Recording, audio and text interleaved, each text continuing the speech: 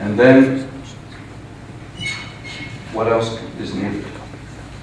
Well, a group called the 2030 Water Resources Group, who wrote a book called Charting Our Water Future. This is sometimes referred to as the McKinsey report for those of you. Certainly management school knows who McKinsey is.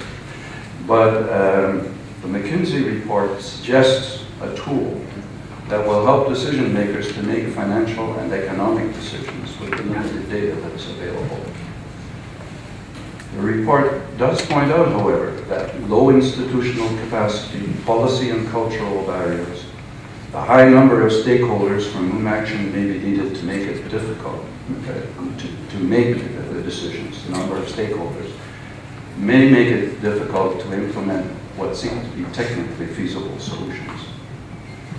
The trade-offs that decision makers have to face, they have to consider everything from implications on growth to trade, geopolitics. So while it's useful, they're going to need some scenario tools to help them with that. And so we have at the World Water Assessment Program a second project which I'm heading to develop scenarios, possible stories of what can happen in the next 25 years so that decision makers can take account of these. The results of our work will be presented at the 6th World Water Forum, which will be held by the World Water Council in Marseille in 2006. So I'd now like to conclude by what citizens can do. Just one more minute.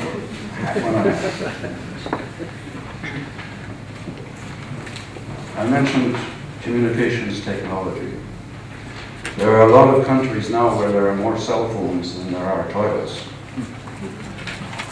We're moving towards what can be considered a global brain to which each of us is going to contribute knowledge.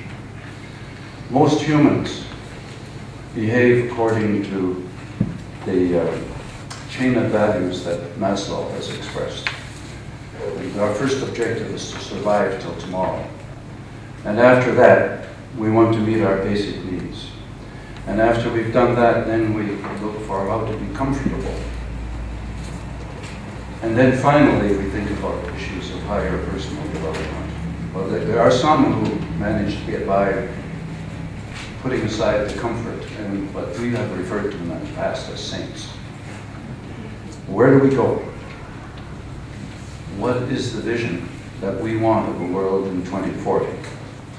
In a book in 1994 called Shared Values for a Troubled World, which was actually followed by Habitat in some urban projects in Africa, the author identified a number of values that he said were shared by all cultures in the world.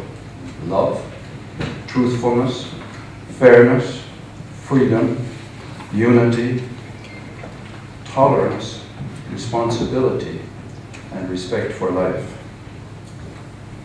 What do we want? Do we want these values to change, or do we want them kept? And if we want them kept, what are we going to do about it? Well, I say it's up to everyone in this room. It's we, the citizens, who will determine what values we want to keep. We heard some talk this morning from the minister about your water strategy in Alberta.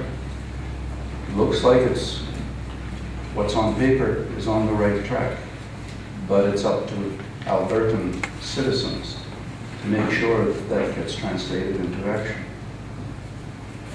I mentioned earlier, or maybe I didn't, that in Johannesburg in 2002, it was decided, just after our report said water management was what was important, that every country in the world should develop a water management strategy. Well, some countries have. Canada hasn't. The Canadian Water Resources Association has proposed a process to develop a Canadian water strategy, a new governance framework that would enable the provincial, federal, and municipal levels to work together to manage our water resources. for our common good. And we should all support this initiative. Finally, we have to go beyond this. I've been talking about the world.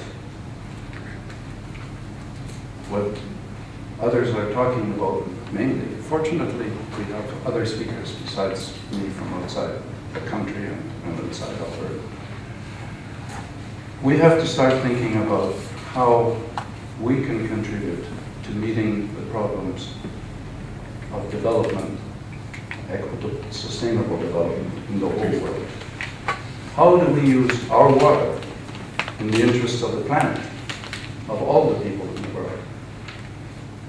And I think all citizens need to participate in this exercise, because answering these questions involve social and ethical considerations.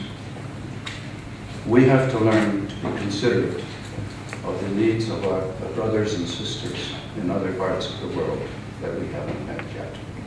Thank you.